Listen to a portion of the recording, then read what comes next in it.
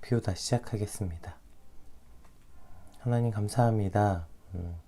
오늘도 주의 말씀 가운데 불러주시고 또 특별히 2020년도 한 해를 마무리하는 주님 마지막 날에 주님의 말씀을 묵상하며 또 나아갈 수 있도록 인도하시니 감사합니다. 올 한 해를 돌아볼 때 주님 우리 삶이 하나님 말씀 안에서 한 해를 돌아보고 또 내년을 준비하는 주님 그런 귀한 시간들이 되게 하여 주시옵소서. 주의 말씀 앞에 엎드리오니 주님 말씀이 오늘 우리의 하루의 삶을 이끌어 가시고 주관하시는 날이 되게 하여 주시옵소서. 감사합니다. 예수님의 이름으로 기도드립니다. 아멘. 네, 오늘 저희가 함께 살펴볼 말씀은 베드로후서 3장 10절에서 18절 말씀 한번 같이 살펴보겠습니다. 그러나 주의 날이 도둑같이 오리니 그날에는 하늘이 큰 소리로 떠나가고 물질이 뜨거운 불에 풀어지고 땅과 그 중에 있는 모든 일이 드러나리로다. 이 모든 것이 이렇게 풀어지리니 너희가 어떠한 사람이 되어야 마땅하냐. 거룩한 행실과 경건함으로 하나님의 날이 임하기를 바라보고 간절히 사모하라. 그 날에 하늘이 불에 타서 풀어지고 물질이 뜨거운 불에 녹아지려니와 우린 그 약속대로 의가 있는 곳인 새 하늘과 새 땅을 바라보도다. 그러므로 사랑하는 자들아 너희가 이것을 바라보나니 주 앞에서 점도 없고 흠도 없이 평강 가운데서 나타나기를 힘쓰라.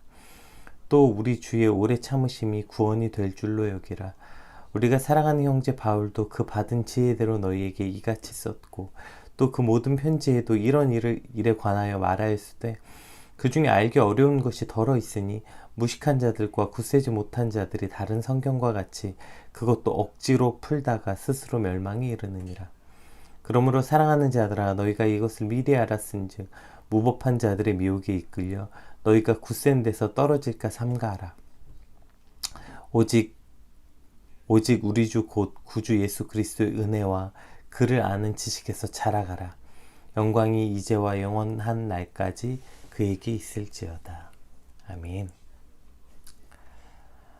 오늘 이제 함께 읽은 본문은 어저께 이제 재림이 왜 그렇게 늦냐, 혹은 재림이 늦는 게 아니라 그러니까 아예 없는 것이다 이렇게 가르치고 조롱하는 이들에게 그 재림에 관한 바른 신앙에 관해서 가르치는 권면의 말씀이 연결돼서 이제 10절에 등장하게 됩니다.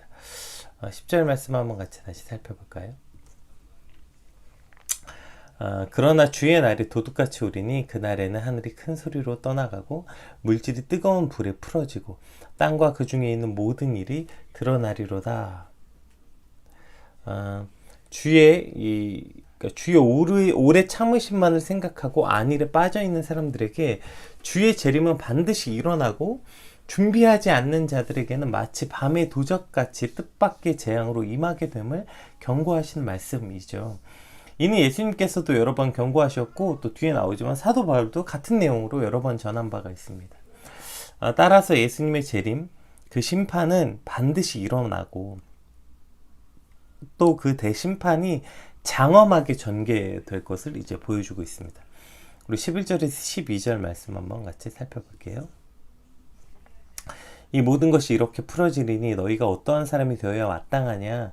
거룩한 행실과 경건함으로 하나님의 날이 임하기를 바라보고 간절히 사모하라. 그 날에 하늘이 불에 타서 풀어지고 물질이 뜨거운 불에 녹아지려니와 이렇게 나오고 있죠. 그러니까 이 모든 것이 풀어진다라는 게 이제 모든 게 파괴되고 해체된다라는 뜻이거든요. 그러니까 이 종말 앞에 그리스도인들은 더욱 거룩한 행실과 경건함으로 하나님의 날이 임하기를 바라보고 사모하라 이렇게 말하고 있습니다. 그러니까 이제 이렇게 풀어지는 것, 모든 것이 파괴되고 해체되는 이 종말이 다가올 때 우리는 어떻게 살아야 되냐라고 묻는 거죠. 심판이 어디냐고, 그런 게 있으면 이 땅에 정의가 사라지고 불의가 가득하게 되었겠냐고 조롱하고, 혹은 죽으면 있겠지, 아직 멀었으니 오늘을 즐기며 잘 살라고 유혹하는 거짓 교사들, 그러한 세상의 가르침 속에 빠져서 방종한 생활을 즐기고 있는, 혹은 그러한 말들에 흔들려서 좌절하고 절망 가운데 있는 성도들에게, 또는 그러한 부정적인 눈으로 이 땅을 바라보는 성도들에게 베드로는 마지막으로 이와 같이 가르치고 있는 거죠. 끝이 없는 것 같이, 그래서 마치 이성 없는 짐승들처럼 그저 탐욕과 정욕에 따라 살지 말고 이 준엄한 심판을 기억하고 거룩한 행실과 경건함으로 예수님의 재림과 심판을 준비하라. 이것이 바로 사도 베드로가 우리에게 권면하고 있는 또 말씀입니다. 또 사도 베드로를 통해서 하나님께서 우리에게 주시고 있는 말씀이시죠. 그래서 우리 13절 말씀 한번 같이 살펴볼까요? 13절 말씀.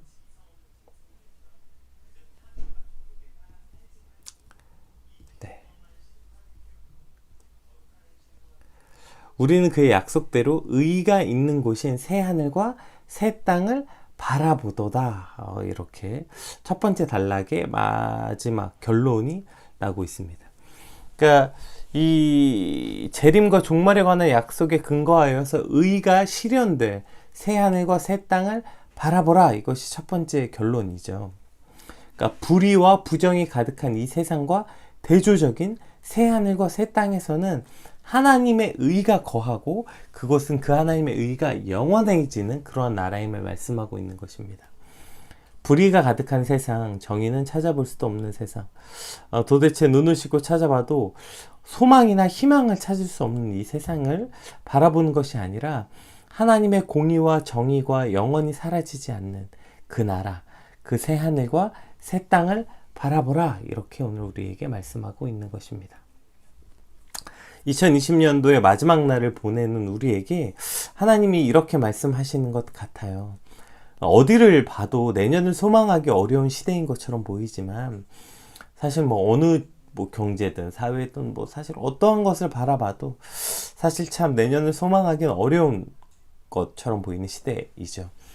하지만 내게로부터 눈을 들어 바로 그 하늘을 바라볼 때, 하늘나라를 바라볼 때 우리는 소망 없는 자들처럼, 그래서 이 땅에만 모든 소망을 두고 죽을 때까지 이 땅만 바라보면 사는 자들과 같이 살지 않게 되고 거룩한 행실과 경건함으로 소망을 잃지 않을 수 있게 되는 것이죠. 그런데 계속해서 내 눈이 그저 나에게만 집중되어 있을 때 소망은커녕 캄캄한 미래와 또는 세상적 가치와 기준으로 살아갈 수밖에 없게 되는 것입니다. 우리가 왜 다니엘서에서도 여러 번 살펴보았잖아요. 그러니까 2020년의 마지막 날을 보내면서 제발 하나님 오늘 하루만이라도 나에게 좀 관심을 끄게 해달라고 우리 간절히 기도합시다. 올 한 해를 돌아보면서 허망하고 허무한 뿐이라는 고백, 고통과 절망 뿐이라는 고백은 전부 다 나로부터 시작했기 때문에 그렇습니다. 내가 한 일, 내가 하지 못한 일, 내가 견디고 내가 버티고 나로 점철되어 있던 나로 가득 차 있는 2020년도가 아니라 하나님 제발 오늘 단 하루라도 내가 아니라 하나님으로부터 시작된 오늘 하루가 되게 하여 주시옵소서. 그래서 2020년도를 바라볼 때 내가 한 일이 아니라 하나님이 하신 일이 생각나고 하나님이 행하신 일이 기억될 때 우리가 2020년도를 그렇게 바로 끝낼 수 있고 그래야 또 내년을 소망할 수 있게 되는 것입니다. 근데 우리가 올 한 해를 바라볼 때 그냥 허무하고 절망뿐이고 우울하고 뭘 했는지 모르겠다. 이것은 다 내가 한 것에 대해서 집중해 있기 때문입니다. 우리 13절 말씀 다시 한번 살펴볼까요? 13절 말씀. 우리는 그의 약속대로 의가 있는 곳인 새 하늘과 새 땅을 바라보도다. 아멘. 이것이 오늘 우리가 꿈꿔야 되는 것입니다. 나를 바라보는 것, 이 땅을 바라보는 것, 내가 한 것을 바라보는 것이 아니라 하나님의 약속대로 의가 있는 그 하늘, 그 새 하늘과 새 땅을 바라보는 저와 여러분의 오늘이 되시길 주님의 이름으로 축복합니다. 우리 14절부터 17절 말씀 한번 같이 살펴보겠습니다. 그러므로 사랑하는 자들아, 너희가 이것을 바라보나니 주 앞에서 점도 없고 흠도 없이 평강 가운데서 나타나기를 힘쓰라. 또 우리 주의 오래 참으심이 구원이 될 줄로 여기라. 우리가 사랑하는 형제 바울도 그 받은 지혜대로 너희에게 이같이 썼고 또 그 모든 편지에도 이런 일에 관하여 말하였으되 그 중에 알기 어려운 것이 더러 있으니 무식한 자들과 굳세지 못한 자들이 다른 성경과 같이 그것도 억지로 풀다가 스스로 멸망에 이르느니라. 그러므로 사랑하는 자들아, 너희가 이것을 미리 알았은즉 무법한 자들의 미혹이 이끌려 너희가 굳센 데서 떨어질까 삼가라. 14절에서 15절은 이제 우리가 앞에 살펴보았던 내용을 다시 한번 상기시켜주고 있죠. 그래서 우리가 하나님께 소망을 두고 주님 앞에서 점도 흠도 없이 평강 가운데 살아가는 삶을 힘쓰라고 권면하면서 다시 한번 이 땅의 재림과 심판이 임하지 않는 것은 오직 주님의 오래 참으심과 은혜와 사랑임을 기억하라고 강조하고 있습니다. 그러면서 형제 바울에 대한 서신을 언급하고 있어요. 그러니까 바울의 서신이 지금 베드로가 하고 있는 말과 동일하다. 다만 그 중에 어려운 것이 덜어 있는데 문제는 그것을 왜곡하여서 다른 성경, 즉 다른 진리와 섞어서 자신들의 마음대로 푸는, 그러니까 성경을 왜곡하는 이 일에 대해서 강력하게 경고하고 이를 경계하라고 말씀하고 있는 것입니다. 하나님의 말씀을 왜곡하고 자신의 의도대로 해석하는 일, 그러한 거짓 교사들의 가르침을 경계하라고 다시 결론 부분에서 말씀하고 있는 것입니다. 하나님의 말씀을 왜곡하고 잘못 전하는 거짓 교사들을 경계하는 일, 이것은 당연하고 또 우리 스스로 역시도 하나님의 말씀을 이와 같이 왜곡하지 말아야 된다는 것입니다. 오늘 특별히 송구영신 예배를 드리죠. 많은 교회와 예배에서 말씀 뽑기를 아마 할 거예요.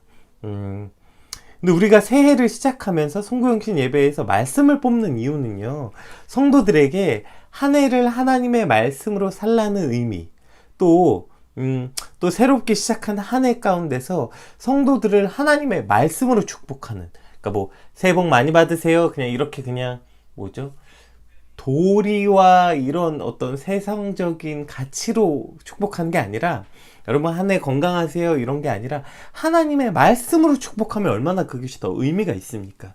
그러니까 새해 인사를 하나님의 말씀으로 축복하고 또 한 해도 하나님의 말씀으로 살라는 어떠한 그러한 의미로서 그 말씀을 뽑고 말씀을 주는 거지, 무슨 내년 운세를 뽑듯이 뭐 그거 한 구절 뽑아놓고 와, 올 한 해가 이 말씀대로 됐네 안 됐네. 여러분, 우리가 그 말씀 한 구절 뽑아놓고 그 말씀이 무슨 뜻인지 어떻게 압니까? 그러니까 우리가 그 오늘 말씀을 뽑을 때는 무슨 성경 66권 전체를 놓고 뽑는 것도 아니면서 그냥 축복의 말씀들이라는 대표적 말씀들 몇 구절을 모아놓고 그걸 뽑는 건데, 그것을 뽑아놓고 무슨 말씀대로 됐네 안 됐네, 무슨 그 뭐죠? 그 점괘 뽑듯이 그 말씀을, 여러분 이렇게 생각하는 것이 말씀을 왜곡하는 것입니다.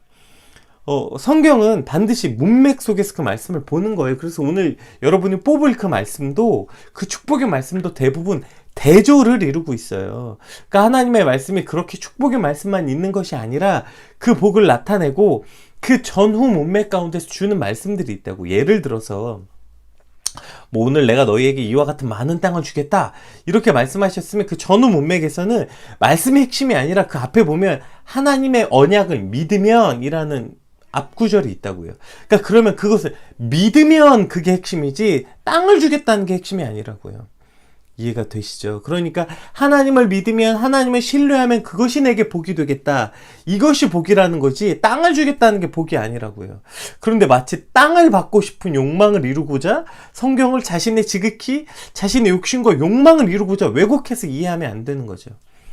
제발 부탁드리기는 오늘 말씀 뽑는 그 시간이 그 한 절을 붙들고 무슨 점괘같이 붙들고 있지 말고 그 말씀, 그 장 전체를 묵상하고 그 장을 넘어서 그 권이 가지고 있는 주제를 묵상하시고, 또 그것보다 더 중요한 것은 그 한 절을 뽑는 게 핵심이 아니라 매일매일 여러분 삶에서 묵상되어지는 말씀, 그것을 매일매일 뽑는 삶, 말씀을 그러니까 매일매일 우리 삶에서 묵상하시는 삶이 되는 그러한 새해가 되시길 주님의 이름으로 축복합니다.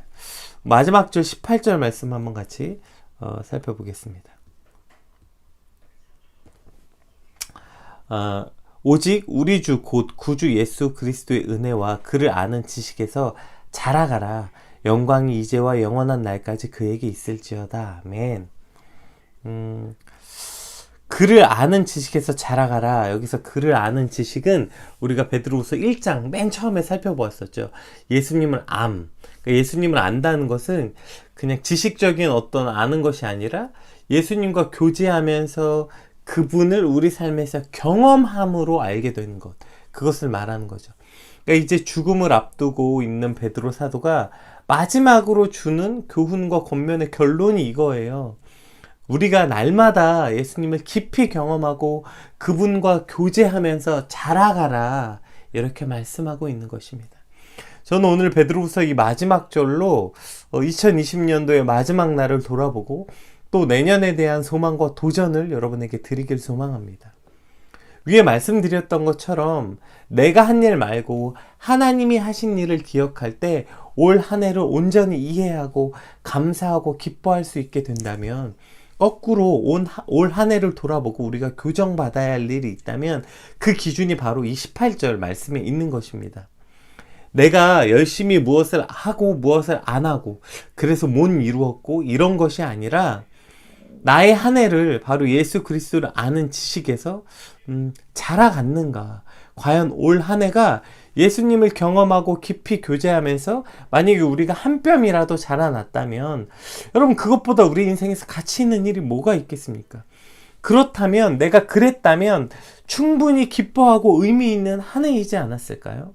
비록 무화과 나무 잎이 마르고 포도 열매가 없고 우리의 양떼가 없고 외양간에 송아지가 없을지라도, 소가 없을지라도, 내가 만약에 예수 그리스도를 아는 지식 안에서 1cm라도 우리의 믿음과 신앙이 자랐다면 충분히 의미 있는 한 해, 충분히 보람 있는 한 해였다고 우리는 고백할 수 있게 되는 것입니다.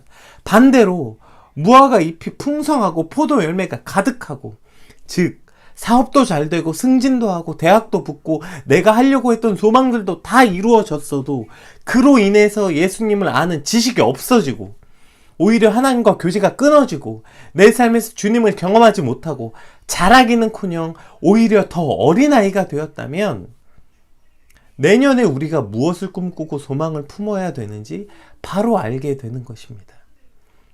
오늘도 하나님의 말씀 앞에 나온 사랑하는 여러분, 여러분의 내년의 소망이 오직 예수 그리스도를 아는 지식에서 자라가는 한 해가 되시길, 그것으로 소망으로 살게 되시길 주님의 이름으로 축복합니다. 오늘 이제 2020년도 마지막 한 해를 마무리하는 날입니다. 오늘 우리에게 하나님이 이와 같은 말씀을 주신 것은 하나님의 놀라운 경륜 안에 있는 것 같습니다. 오늘 한 해를 돌아볼 때 내가 한 일 말고요, 내가 한 일, 내가 못한 일, 여러분 여기엔 소망이 없어요. 내가 뭐 했고 못했고 이런 데는 소망이 없다고요. 그냥 걱정과 어두움과 캄캄한 뿐입니다.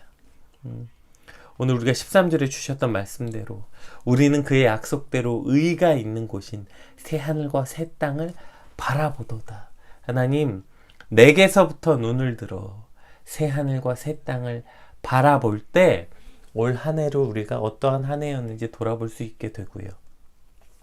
또 오직 우리 주 곧 구주 예수 그리스도의 은혜와 그를 아는 지식에서 자라가는 것, 이것으로 올 한 해를 돌아볼 때 내가 정말 예수님을 경험하고 교제하면서 그래도 1cm라도 1mm라도 자랐다면, 주님 올 한 해는 이것보다 내 삶에 뭐가 더 의미 있겠습니까?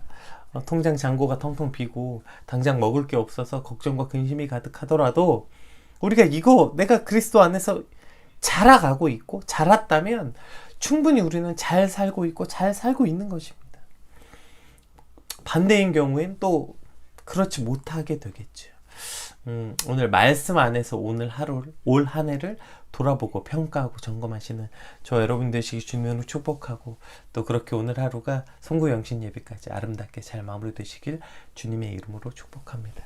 우리 받은 말씀 놓고 함께 같이 기도하면서 오늘 하루를 시작하겠습니다. 기도하겠습니다.